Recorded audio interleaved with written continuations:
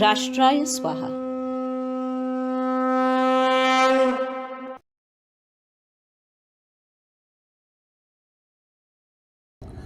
नमस्कार. शरद बोंगशे, राष्ट्राय स्वाहामध्ये स्वागत. असत्यमेव जयते या मालिकेचा पुढचा भाग. मागच्या भागात म्हटलं की आर्य म्हणजे कोण.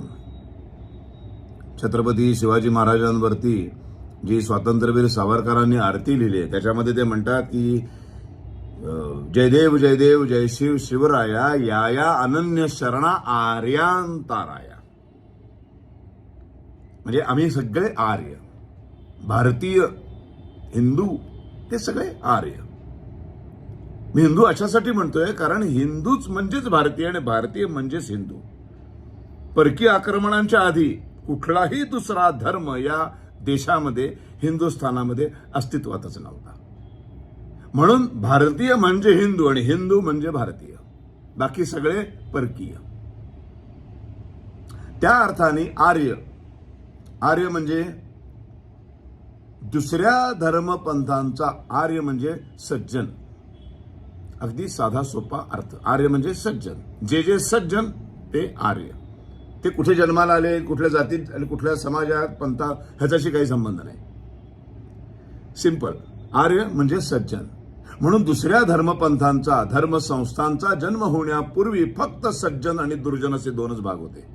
रामायणामधली लढाई हिंदू मुस्लिम ख्रिश्चन असली काही नव्हती. रामायणामधली महाभारतातल्या या दोन्ही लढाया या सज्जन आणि दुर्जन अशा दोनच लोकांमधल्या लढाया होत्या. ऋग्वेदामध्ये तर आर्य शब्दाचा खूप सुंदर अर्थ सांगितलेला आहे. ऋग्वेदामध्ये आर्य म्हणजे काय? सज्जन. नीट ऐका. सज्जन, सुशिक्षित, सुसंस्कृत, सत्सत विवेकबुद्धी शाबूत असलेले, उच्च सामाजिक आणि आध्यात्मिक मूल्य असलेले, धाडसी, सदाचारी, ज्ञानसाधक, विद्वान, दुर्बलांची रक्षा करणारे, ज्ञानी, ज्येष्ठांचा आदर करणारे ते सर्व आर्य. आर्यांवरती कोणा एका वंशाचा, लोकसमूहाचा, आत्ताच्या काळातल्या जातीचा अधिकारच नाही आहे. ह्या सद्गुणांनी जो युक्त आहे तो आर्य. पण हे खोटं नाटं पसरवून त्यालाच इतिहास म्हणून जी आर्यन थेरी रचली गेली तीच दुर्दैवानं खरी मानली गेली. आजही आज तर आर्य म्हणजे ब्राह्मण असंच झालेलं आहे.